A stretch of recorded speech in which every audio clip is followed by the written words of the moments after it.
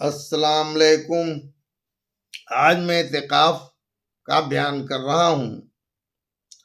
اعتکاف کہتے ہیں مسجد میں اعتکاف کی نیت کر کے ٹھہرنے کو۔ حنفیہ کے نزدیک اس کی 3 قسمیں ہیں۔ ایک واجب جو منت اور نذر کی وجہ سے ہو، جیسا یہ کہے کہ اگر میرا فلاں کام ہو گیا تو اتنے دنوں کا اعتکاف کروں گا، یا بغیر کسی کام پر موقوف کرنے کے یوں ہی کہہ لے کہ میں نے اتنے دنوں کا اعتکاف اپنے اوپر لازم کر لیا، وہ واجب ہوتا ہے، اور جتنے دنوں کی نیت کی ہے اس کا پورا کرنا ضروری ہے۔ دوسری قسم سنت ہے، جو رمضان المبارک کے آخری عشرے کا ہے، کہ نبی کریم صلی اللہ علیہ وسلم کی عادت شریفہ ان ایام کے دنوں میں اعتکاف فرمانے کی تھی۔ تیسرا اعتکاف نفل ہے، جس کے لیے نہ کوئی وقت نہ ایام کی مقدار، جتنے دنوں کا جو چاہے کر لے، حتیٰ کہ کوئی شخص تمام عمر کے اعتکاف کی نیت کر لے تب بھی جائز ہے۔ البتہ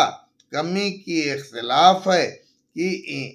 کہ امام صاحب کے نزدیک 1 دن سے کم کا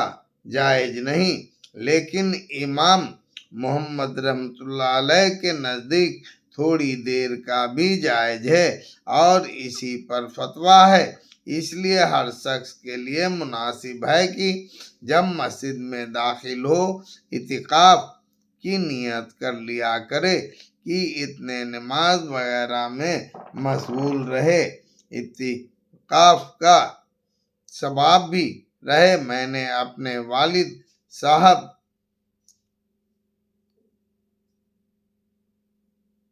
مجی اہو کو ہمیشہ اس کا اہتمام کرتے دیکھا کہ جب مسجد میں تشریف لے جاتے تو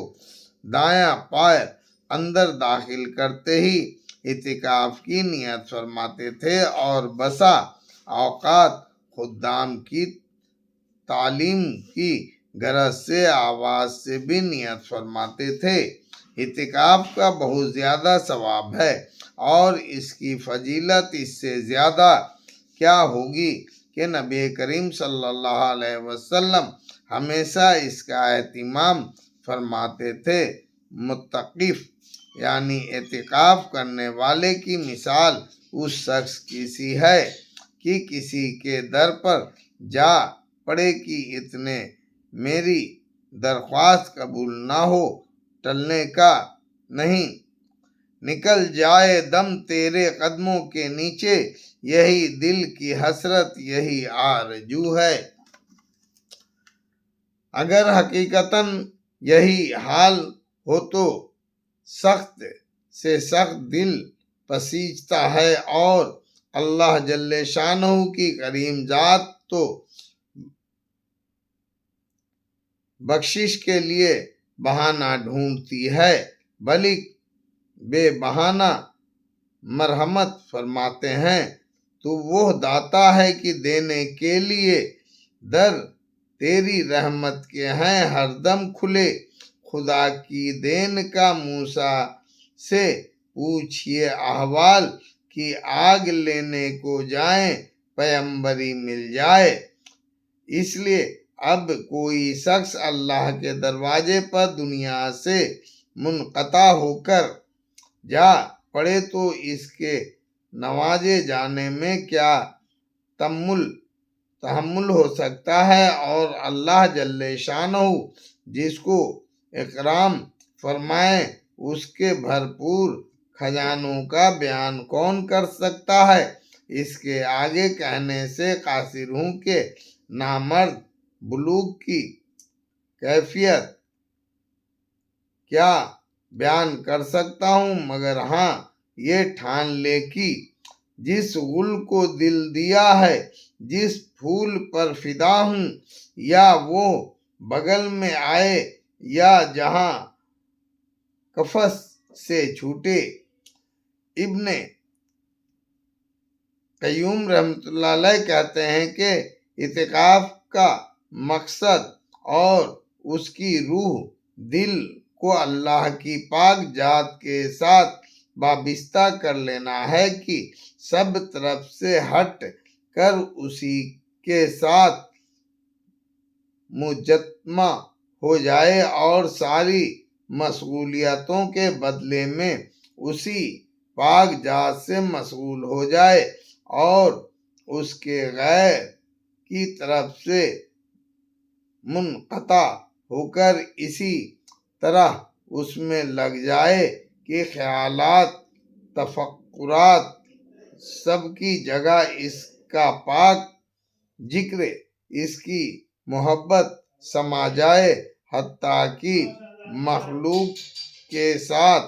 انس محبت کے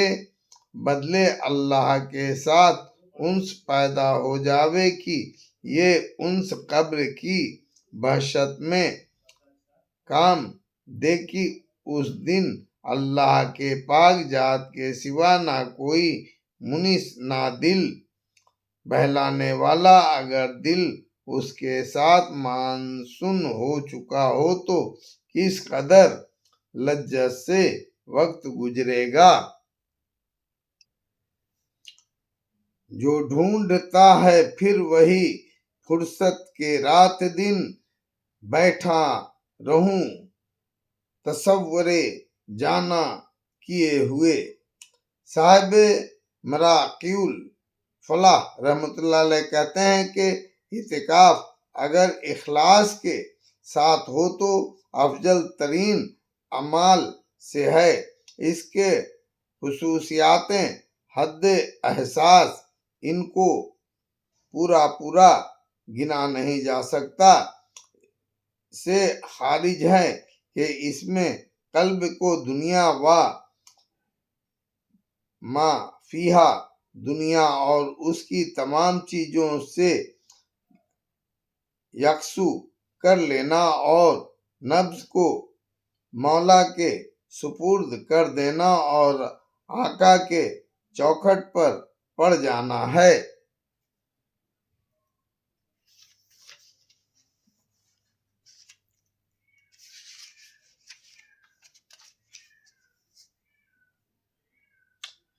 پھر جی میں ہے کہ در پہ کس کے پڑا رہوں، سر زیرے بارے منتے درباں کیے ہوئے۔ نیز اس میں ہر وقت عبادت میں مشغولی ہے کہ آدمی سوتے جاگتے ہر وقت عبادت میں شمار ہوتا ہے اور اللہ کے ساتھ تقرب ہے۔ حدیث میں آیا ہے کہ جو شخص میری طرف ایک ہاتھ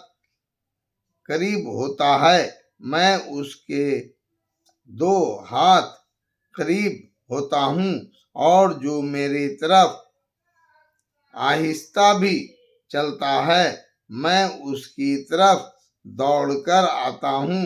نیز اس میں اللہ کے گھر پر جانا ہے اور کریم میزبان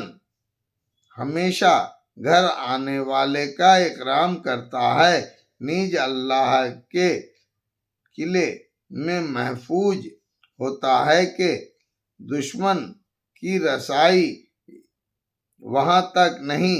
وغیرہ وغیرہ بہت سے فضائل اور خواص اس اہم عبادت کے ہیں۔ مسئلہ: مرد کے لیے سب سے افضل جگہ مسجد مکہ ہے، پھر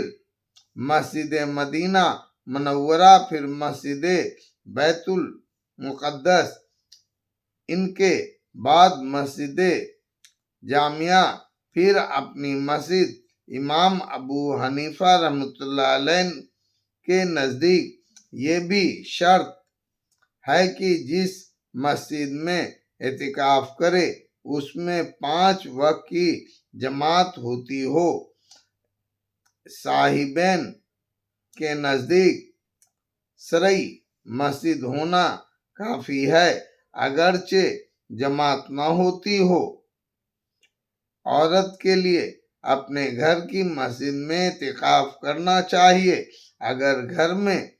کو جگہ مسجد کے نام سے متعین نہ ہو تو کسی کونے کو اس کے لیے مخصوص کرے۔ عورتوں کے لیے اعتکاف بنسبت مردوں کے زیادہ سہل ہے کہ گھر میں بیٹھے بیٹھے کاروبار بھی گھر کی لڑکیوں وغیرہ سے لیتی رہے اور مفت کا ثواب بھی حاصل کرتی رہے، مگر اس کے باوجود عورتیں اس سنت سے گویا بالکل ہی محروم رہتی ہیں۔ ابو سعید خدری رضی اللہ عنہ کہتے ہیں کہ نبی کریم صلی اللہ علیہ وسلم نے رمضان المبارک کے پہلے عشرے میں اعتکاف فرمایا اور پھر دوسرے عشرے میں بھی، پھر ترکی خیمے سے جس میں اعتکاف فرما رہے تھے باہر سر نکال کر ارشاد فرمایا کہ میں نے پہلے عشرے کا اعتکاف شب قدر کی تلاش اور اہتمام کی وجہ سے کیا تھا، پھر اسی کی وجہ سے دوسرے عشرے میں کیا، پھر مجھے کسی بتلانے والے یعنی فرشتے نے بتلایا کہ وہ رات آخری عشرے میں ہے، لہذا جو لوگ میرے ساتھ اعتکاف کر رہے ہیں وہ آخری عشرے کا بھی اعتکاف کریں۔ مجھے یہ رات دکھلا دی گئی تھی کہ پھر بھلا دی گئی، اس کی علامت یہ ہے کہ میں نے اپنے آپ کو اس رات کے بعد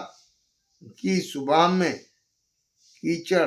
میں سجدہ کرتے دیکھا، لہذا اب اس کو آخر عشرے کی تاک راتوں میں تلاش کرو۔ راوی کہتے ہیں کہ اس رات میں بارش ہوئی اور مسجد چھپر کی تھی، وہ ٹپکی اور میں نے اپنی آنکھوں سے نبی کریم صلی اللہ علیہ وسلم کی پیشانی مبارک پر کیچڑ کا اثر 21 کی صبح کو دیکھا۔ فائدہ: نبی کریم صلی اللہ علیہ وسلم کی عادت شریفہ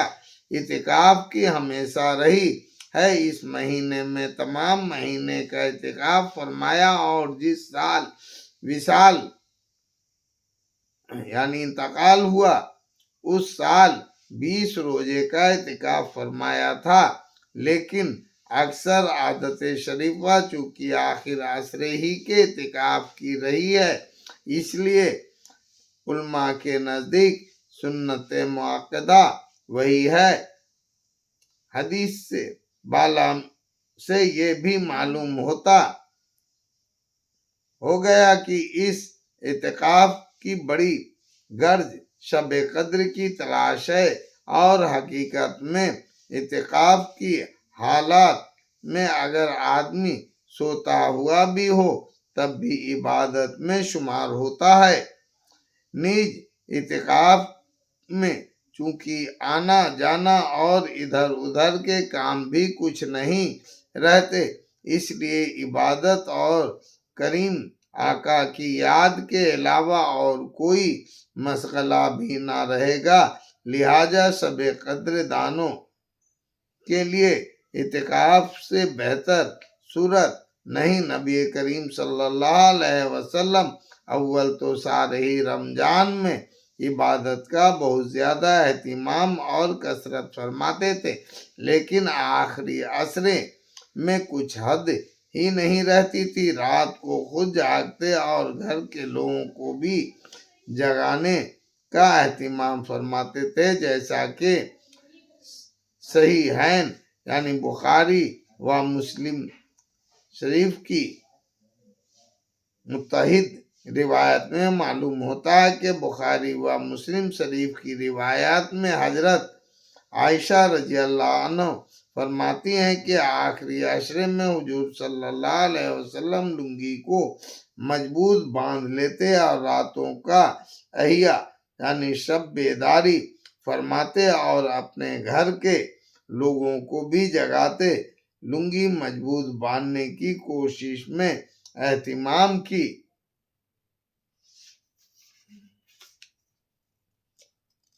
جاتی بھی مراد ہو سکتی ہے اور بیویوں سے بالکلیہ یعنی احتراج بچنا، الگ رہنا بھی مراد ہو سکتا ہے۔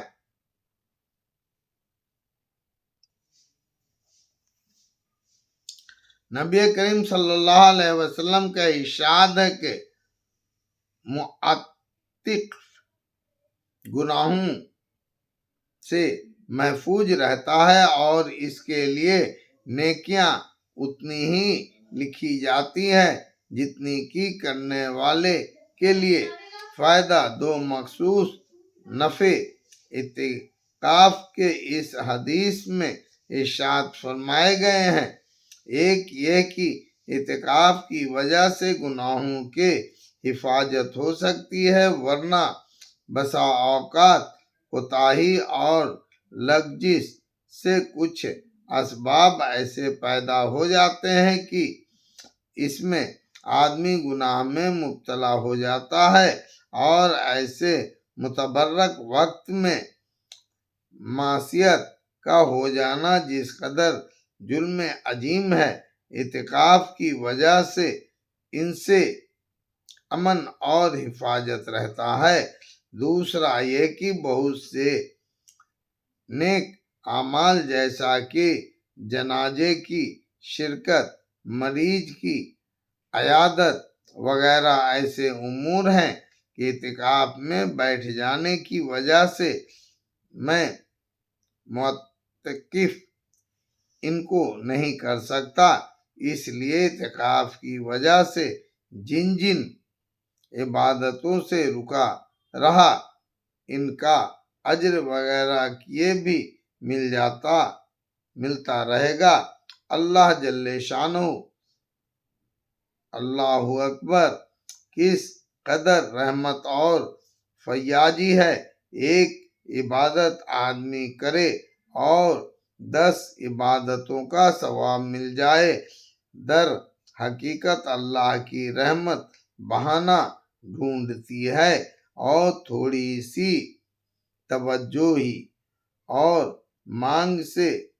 دھواں دھار برستی ہے۔ ببہانہ میں ببہانہ نہ بھی